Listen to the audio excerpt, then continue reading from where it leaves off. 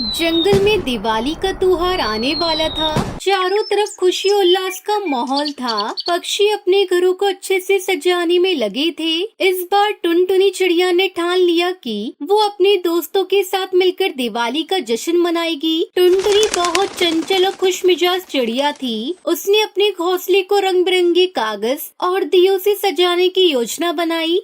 अगर मैं अपने घोंसले को खूबसूरत बनाऊंगी तो मेरे सभी दोस्त दिवाली मनाने जरूर आएंगे। फिर टुनटुनी ने अपने दोस्तों को बुलाने का काम शुरू किया। उसने तोता, कबूतर और बहुत से पक्षियों को आमंत्रित किया। सबने खुशी खुशी आने का वादा किया, लेकिन एक समस्या थी। कालू कौआ जो हमेशा किसी न किसी तरह से टुनटुनी की खुशियों में खलल डालता था, इस बार भी वो पीछे नहीं रहने वाला था। कालू कौआ टुनटुनी की योजना को सुनकर चिढ़ गया। टुनटुनी को इस बार सबक सिखाना पड़ेगा। मैं उसकी दिवाली का मजा खराब कर दूंगा। फिर उसने एक योजना बनाई। कालू कौए ने सभी पक्षियों को अपने पास बुलाया और कहा, टुनटुनी के साथ मिलकर जश्न मनाने को कोई मतलब नहीं। वो हमेशा खुद को सबसे अच्छा साबित करने की कोशिश करती है। हम क्यों उसकी मदद करें?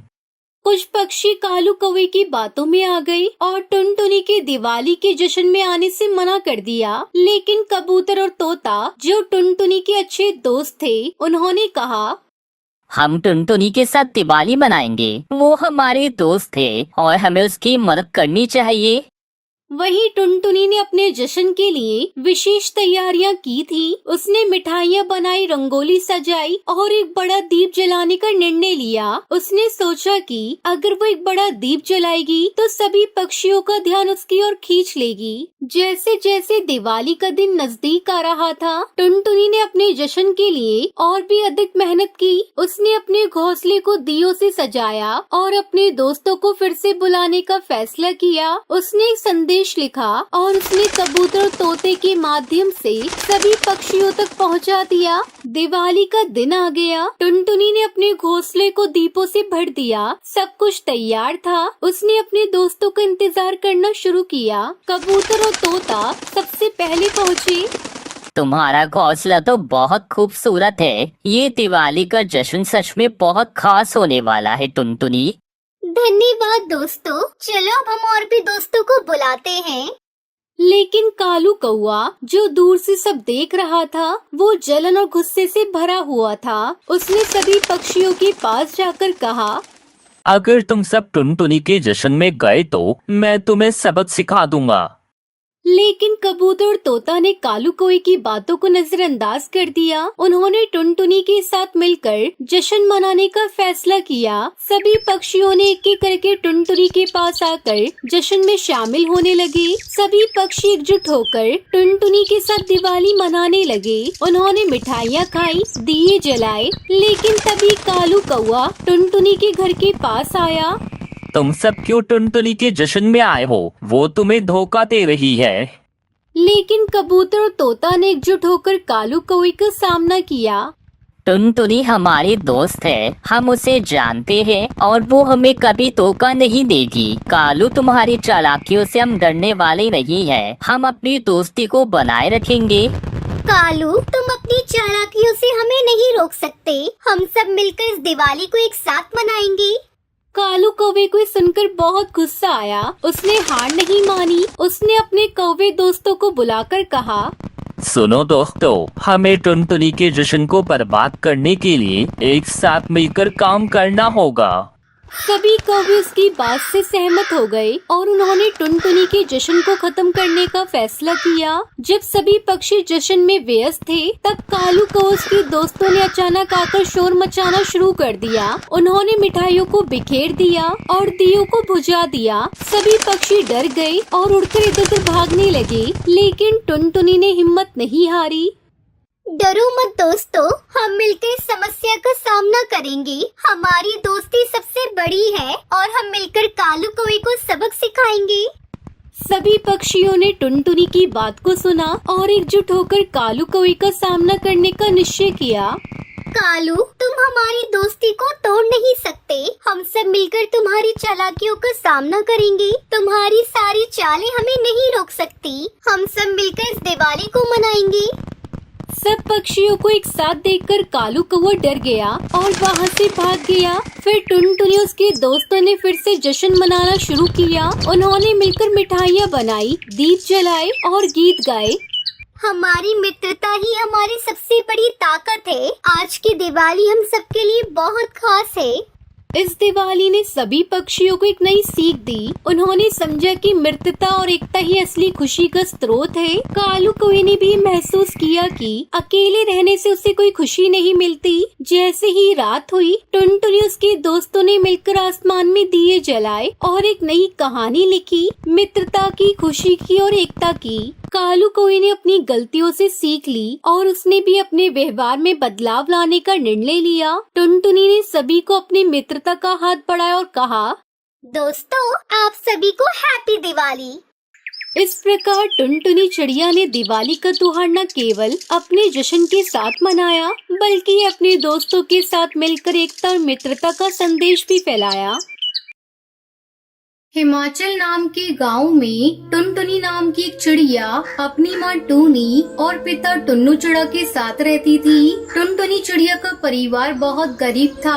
उसके माता पिता मजदूरी का काम करते थे। बड़ी मुश्किलों से उनके घर का खर्चा जैसे तैसे निकाल पाते थे। कुछ ही दिनों में दिवाली का त्योहार आने वाला था और इधर टुनटुनी चिड़िया के माता पिताजी को कोई काम नहीं मिल पा रहा था।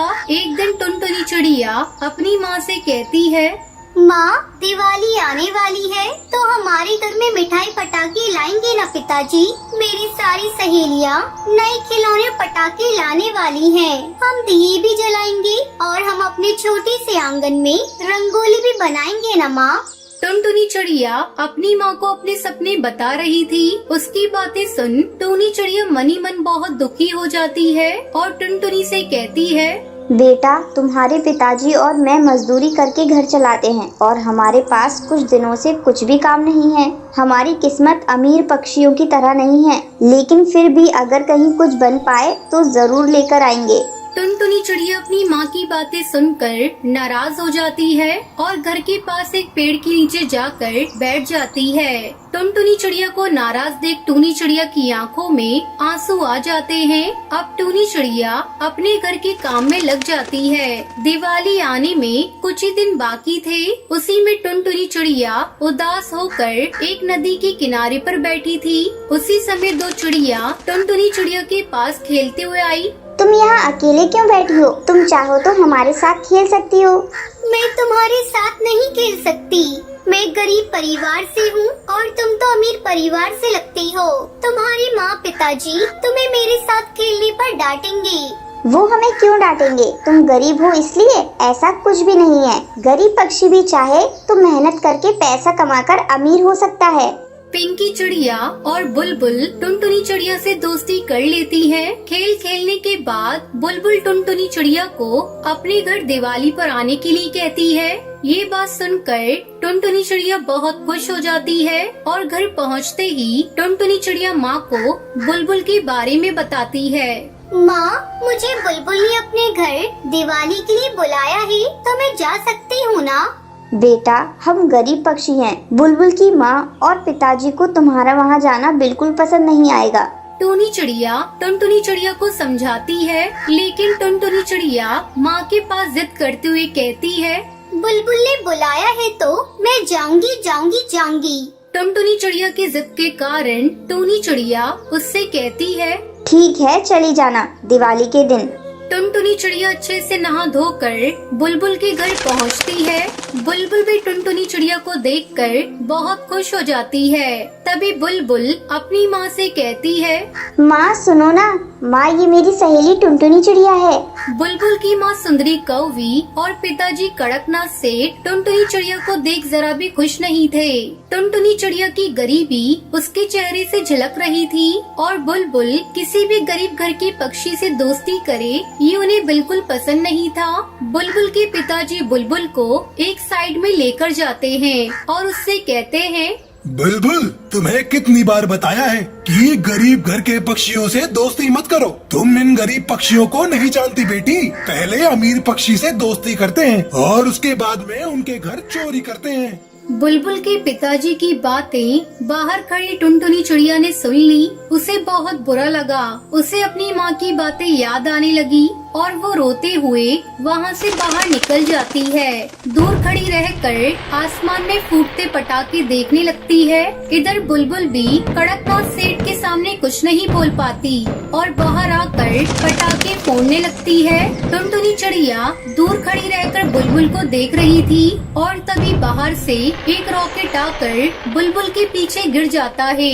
बुलबुल उसके पास ही खड़ी थी। टुनटुनी चिड़िया ने झट से बुलबुल को वहाँ से हटाया। बुलबुल को वहाँ से हटाते ही जोर जोर से पटाखे फूटने की आवाजें हुई। आवाज सुनकर सभी पक्षी बाहर आ जाते हैं। पटाखे फूटने से टुनटुनी चिड़िया के परों में और चेहरे पर चोट आई थी। ये देख बुलबुल टुनटुनी चिड़िया से कुछ बोलती, तभी बुलबुल के पिता बुलबुल से कहते हैं, बुलबुल मेरी बच्ची, तुम्हें कुछ हुआ तो नहीं ना? पिताजी, आज अगर टुनटुनी चिड़िया न होती तो मुझे जरूर कुछ न कुछ होता। उसी ने मेरी जान बचाई है। बुलबुल के पिताजी टुनटुनी चिड़िया की ओर देखते हैं और उससे कहते हैं, टुनटुनी चिड़िया, मैंने तुमसे इतना भला बुरा कहा और फिर भी तुमने बुलबुल की जान बचाई। बुलबुल मेरी दोस्त है, उसे बचाना मेरा फर्ज है। तभी कड़कनाथ सेठ की नजर टुनटुनी चिड़िया के जख्मों पर जाती है।